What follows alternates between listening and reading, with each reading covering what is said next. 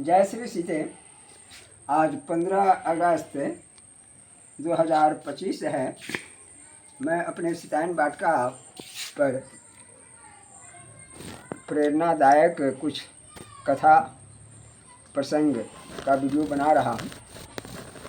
संयम की सीख शीर्षक से मैं आपको एक कथा सुना रहा हूँ। यह उस समय की बात है जब भारत में स्वाधीनता संग्राम चल रहा था। उन दिनों काशी नरेश ने हिंदू समाज की समस्याओं पर एक सम्मेलन बुलवाया। उसमें काला कांकर के राजा रामपाल सिंह भी पधारे। वे हिंदी में एक समाचार पत्र निकालते थे। राजा साहब ने उपस्थित श्रोताओं का मजाक उड़ाते हुए अपना भाषण शुरू किया। एक युवक को यह बात अच्छी नहीं लगी। युवक ने जाकर राजा साहब के कान में कहा कि वे जनता के लिए अशिष्ट भाषा का प्रयोग न करें। लेकिन राजा साहब क्रोधित हो गए।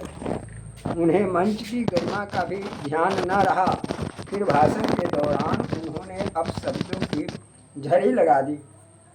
आज तक राजा साहब को भाषण के बीच में इस तरह रोकने का दुस्साहस कोई नहीं कर सका था। लेकिन युवक भी कम नहीं था। वह बार बार राजा साहब को ऐसा न कहने के लिए टोकता रहा। अंत में जब राजा साहब की शैली काफ़ी तीखी हो गई तो युवक से न रहा गया। उसने राजा साहब से कठोर शब्दों में कहा, यदि खुले मंच पर शिष्टता पूर्वक नहीं बोल सकते तो कृपया बैठ जाइए।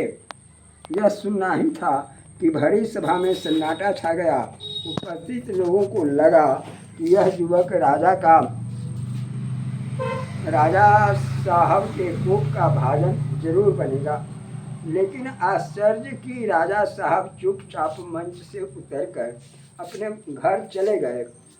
कुछ समय पश्चात उस युवक को राजा साहब का एक पत्र मिला।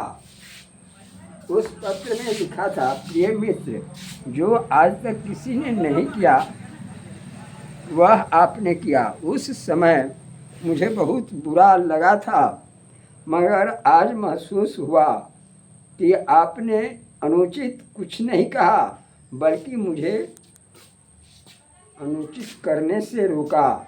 मैं आपको अपने समाचार पत्र के संपादक का पद संभालने के लिए सादर सस्नेह आमंत्रित करता हूँ। इस पद पर कोई निष्पक्ष व्यक्ति ही शोभा बढ़ा सकता है और आप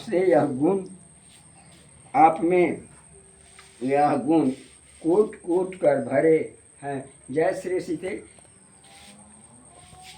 यह कथा आपको अच्छा लगे तो कृपया इसे, मेरे YouTube चैनल का नाम है सीतायन सीतामढ़ी कथा, इसे आप ज़रूर सुनने का प्रयास करेंगे। जय श्री सीते।